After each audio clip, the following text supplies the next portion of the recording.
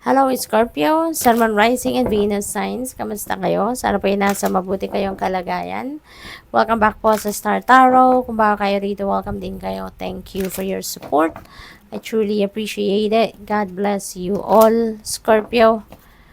Pauna mensahe po ninyo, new life, napakaganda, exciting ito, Scorpio, kasi merong bagong buhay na naghihintay sa inyo, bagong pag-asa, very optimistic, no? At this is a new beginning, no? Maaring sa iba't ibang parte ng buhay ninyo, kayo magkakaroon ng pagbabago or pagbabagong buhay.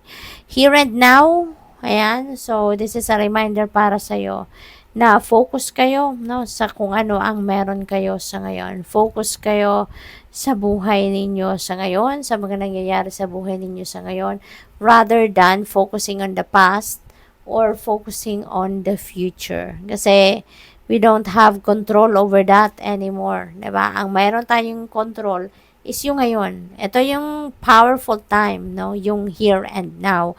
Kasi dito meron tayong mababago, meron tayong magagawa, 'di ba? Um, sa past, wala na, tapos na 'yun eh. Wala na tayong magagawa doon. Sa future naman, wala din tayong masyadong magagawa kasi hindi rin naman natin alam kung anong parating, hindi ba? Kaya talagang yung ngayon, no? Ito yung mas importante na period sa buhay natin. By the book. Ayan. So, siguro, masunurin kayo sa batas, masunurin kayo sa rules, sa traditions, yung ganon, ano? Very conventional siguro kayo, type of person, ano, Scorpio. Kaya, napakaganda rin naman yan. Orphaned. Ayan. So, some of you, isolating yourself. Siguro, mas gusto ninyo ngayon na mapag-isa. Maybe because gusto ninyong magnilay-nilay, magmuni-muni. 'Di ba? Me time, alone time, maaaring ganon. Or baka, gusto nyo lang talaga na mag-disconnect kayo muna sa kabisihan ng mundo. You know? At gusto ninyong i-isolate yung sarili ninyo para makapagpahinga kayo sa gulo. 'Di ba? Kasi maaaring stress na stress ng iba sa inyo. Kaya maaaring ganon ang ganap. What else? We have co-create. This is a beautiful reminder para sa inyo, Scorpio, na you are co-creating your reality with the divine. Hindi mo lang yan solo, hindi mo lang yan ginawa, no? But ginawa mo yan, napagtagumpayan mo yan, nakuha mo yan with the help of the divine. Okay? So, reminder yan para sa'yo. What else? We have number 30, TikTok. Yan, time is ticking. Baka merong nape-pressure na dito sa inyo kasi malapit na yung deadline or malapit nang dumating, no? Yung sinet ninyong timeline para sa sarili ninyo for kung ano man ang aktibidades ninyo or kung ano man yung gusto ninyong marating or ma-accomplish. So, ngayon, parang nagmamadali na kayo. Naaaligaga na kayo. What else? We have breeze. Hingang malalim.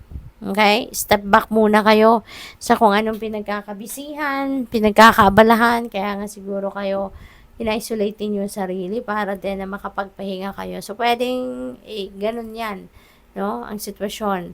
Pwede rin naman na panawagan ito sa inyo na mag-time out muna kayo sa kung ano man ang inyong pinagkakabisihan. Kasi maybe you don't even have time to replenish your lost energy, di ba? Or maybe wala na kayong panahon para mag-connect sa sarili ninyo. Kaya ito, take a breather. Yan ang reminder para sa iyo. We have to be fair. Ayan, so siguro may decision making na kailangan gawin. Ang iba sa inyo sa ngayon is Scorpio and you're making sure, no, na in all fairness talaga ang gagawin ninyo.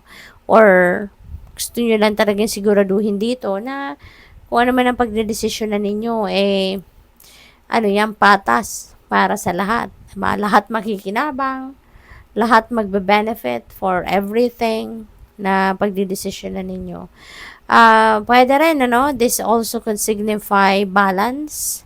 Maaaring ang iba sa inyo, finally, may babalik nyo na yung balance sa buhay ninyo, which is really good. Kasi baka alam mo yun, daming ginagawa, daming pinagkakaabalahan, dami ng imbalances na nangyayari. So, ngayon, you're gonna make sure na may babalik na sa ayos ang lahat. We have retreat. Yan. So, kailangan nyo talaga, no, na magpahinga. Mag-retreat kayo, mag-isip-isip, magnilay-nilay, di ba? Connect with like-minded people, yung ganon. Ma-relax ang inyong isipan, yung buong katawan. We have dance. Ayan. So, engage in physical activity. Scorpio. Baka matagal ng panahon, hindi man lang kayo nakakapag-exercise. Baka dati, mahilig kayong sumayaw, mahilig mag-zumba, tapos ngayon parang hindi na. 'Di ba? Dahil sa kabisihan ninyo, lagi na kayong pagod. Kaya this is an invitation muli sa inyo. Muli, sumayaw kayo, mag-zumba kayo, mag-exercise kayo, yung ganon. What else? We have rest deeply. Rest deeply. Meron kayong retreat, meron kayong orphan, meron kayong breathe. So, isa lang yung sinasabi ng mga ito, Scorpio. Kailangan mo ng pahinga, kailangan mo na mag-time out kasi siguro stressed out na kayo, drained na kayo, no? Energy drained na kayo. Kaya kailangan nyo na mag-replenish ng lost energy ninyo. Okay? So, magpahinga kayo.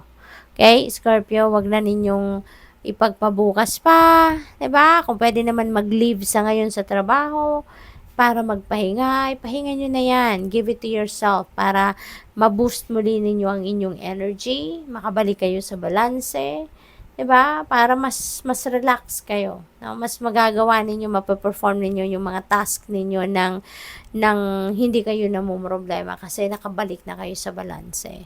So, good luck sa'yo. Thank you for watching. Love and light. Namaste.